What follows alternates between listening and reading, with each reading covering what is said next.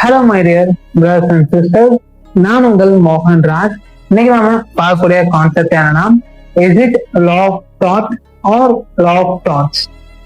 Salmon என்ன சொல்றாருன்னா, அவரோட பீஜியன் ஹோல் தியரியை ப்ரப்போஸ் பண்றாரு. அதுல வந்து லா ஆஃப் தாட்ஸ் தான் சொல்றாரு. அதாவது ஹோல் பீஜியன் ஹோல்ஸ்னு வந்து சில ஹோல்ஸ் தான் இருக்கும். அதுல வந்து ஒரு விதமான தாட் மாதிரி நீங்க பண்ற தவறுகள் வந்து அந்த ஹோல்ல வந்து ஃபிட் ஆச்சுன்னா உங்களுக்கு லைபிலிட்டி அரைஸ் ஆகும். ஃபிட் ஆகலன்னா அது தாட்டே கிடையாது அவன் அவர் சொல்றாரு.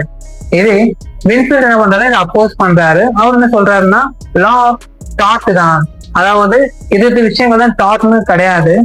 தாட்ன்றது காலப்போக்கில் வந்து சொசைட்டி கூட சேர்ந்து எவால்வ் ஆகவே ஒரு விஷயம்.